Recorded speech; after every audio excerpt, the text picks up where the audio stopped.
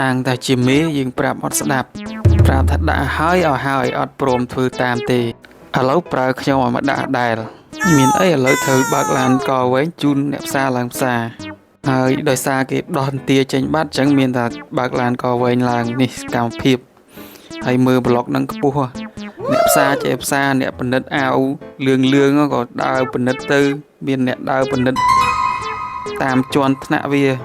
ប្លុកដាក់ទល់មុខអូហ្វីសហ្មងហើយឡានចេញចូលដឹកស្អីខ្លះទេចេញចូលរាល់តែព្រឹកថ្ងៃល្ងាចឃើញក្វិចក្វល់អញ្ចឹងតែវីដេអូហ្នឹងថតជិត2ម៉ោងបងប្អូនអញ្ចឹងបានថាយើងកូនចៅគេមិនស្ដាប់ទេមានធ្វើតាមគេមើលពីឆ្ងាយប្លុកហ្នឹងឃើញទៀបឯងបងប្អូនតែបើចិត្តវិញងឿចង់បាក់ក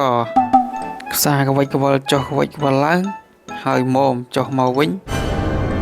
បានមួយថ្ងៃទៀត